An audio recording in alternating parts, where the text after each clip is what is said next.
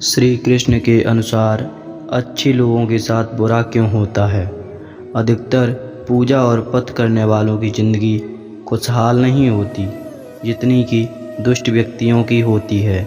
ये सब देखने के बाद आपके मन में भी ये सवाल ज़रूर उठा होगा, लेकिन अच्छे लोगों के साथ ही बुरा क्यों होता है। लेकिन आज के समय में नए जनरेशन के लोग इस बात को नहीं मानते। इसका सबसे बड़ा कारण ये है कि वो धर्म ग्रंथों को पढ़ते नहीं हैं या फिर लिखी बातों पर विश्वास नहीं करते। अच्छे लोगों के साथ बुरा क्यों होता है। धर्म ग्रंथों में भगवत गीता एक ऐसा धर्म ग्रंथ है जिसमें मनुष्यों के मन में उठने वाले प्रश्न को विस्तार से बताया गया है। भगवत गीता में वर्णित एक कथा के अनुसार अर्जुन के मन में जब कोई भी दुविधा उत्पन्न होती थी तो वे उसके समाधान के लिए श्री कृष्ण के पास पहुंच जाते थे। एक दिन की बात है, अर्जुन श्री कृष्ण के पास आए और उनसे बोले, हे वासुदेव, मुझे एक दुविधा ने घेर रखा है और उसका समाधान आप ही बता सकते हैं। तब श्री कृष्ण ने अर्जुन से कहा, हे धनंजय, अपनी बात को विस्तार से बताओ, तब मैं तुम्हें उसका हल बताऊंगा। तब अर्जुन बोले, हे नारायण, कृपा कर आप मुझे ये बताइए कि अच्छे लोगों के साथ हमेशा बुरा ही क्यों होता है, जबकि बुरे लोग हमेशा खुशहाल ही दिखते हैं। अर्जुन के मुख से ऐसी बात सुनकर श्री कृष्ण बोले, हे पार्थ, मनुष्य जैसा देखता है या महसूस करता है, वास्तव में वैसा कुछ नहीं होता, बल्कि अज्ञानता बस उसकी सच्चाई को समझ ही नहीं पाता है। श्री कृष्ण की बात सुनकर हैरान हो गए और बोले, हे नारायण, आप क्या कहना चाहते हैं, मैं समझ नहीं पाया। श्री कृष्ण ने कहा कि सुनो, तुम खुद ही समझ जाओगे। हर प्राणी को अपने कर्मों के अनुसार ही सुख दुख मिलते हैं, अर्थात जो अच्छे कर्म को करता है उसे अच्छा फल मिलता है और जो बुरे कर्म करता है उसे बुरा फल मिलता है, क्योंकि अच्छे कर्म और बुरे कर्म इंसान पर ही निर्भर करता है। प्रकृति प्रत्येक को अपनी राह चुनने का मौका देती है, पर इसका फैसला करना कि वह किसके साथ चलना चाहता है यह व्यक्ति विशेष की इच्छा पर निर्भर करता है। फिर कथा सुनाते हुए श्री कृष्ण जी बोले, बहुत समय पहले की बात है, एक नगर में दो पुरुष रहते थे, जिनमें से एक व्यापारी था। उसके लिए अपने जीवन में धर्म और नीति की बहुत महत्ता थी। वह पूजा पाठ और भगवान की भक्ति में बहुत विश्वास करता था।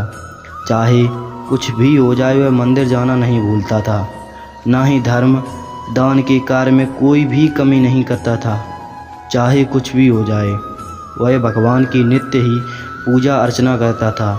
वहीं दूसरी ओर उसी नगर का वह दूसरा पुरुष पहले पुरुष से बिल्कुल ही विपरीत था। वह मंदिर तो जाया करता था पर पूजा करने नहीं, मंदिर के बाहर से चप्पल और धन चुराने के लिए। उसे दान धर्म न्याय नीति किसी से भी कुछ लेना देना नहीं था, इतना ही कि वह मंदिर जाकर वह चोरी किया करता था। इसी तरह समय बीतता गया और एक दिन उस नगर में जोर की बारिश हो रही थी, जिसकी वजह से उस नगर में पंडित के अलावा कोई भी नहीं था। ये बात जब दूसरे पुरुष को पता चली तो उसके मन में ख्याल आया कि अब ये सही मौका है मंदिर से धन चुराने का। अब वह बारिश में ही मंदिर पहुंच गया। मंदिर पहुंचते ही उस व्यक्ति ने पंडित से नज़र बचाते हुए सारे धन को चुरा लिया और बड़ी प्रसन्नता से वहां से निकल गया। उसी समय धर्म कर्म पर विश्वास करने वाला व्यापारी भी मंदिर पहुंचा और भगवान के दर्शन किया, परंतु दुर्भाग्य से मंदिर का पुजारी उस भले व्यक्ति को ही चोर समझ बैठा और शोर मचाने लगा। शोर सुनते ही मंदिर में लोगों की भीड़ जमा हो गई और सभी लोग उस भले व्यापारी को ही चोर समझ बैठे, फिर उसे अपमानित करने लगे। यह सब देखकर वह भला व्यक्ति हैरान रह गया। उसे समझ नहीं आ रहा था कि उसके साथ ये क्या हो रहा है। फिर वह लोगों से बचता हुआ किसी तरह वह मंदिर से निकल गया, लेकिन दुर्भाग्य ने उसका साथ वहाँ भी नहीं छोड़ा। मंदिर से बाहर निकलते ही वहाँ एक गाड़ी से टकरा गया और वह भला व्यक्ति घायल हो गया। फिर वह व्यापारी लंगड़ाते हुए घर को जाने लगा।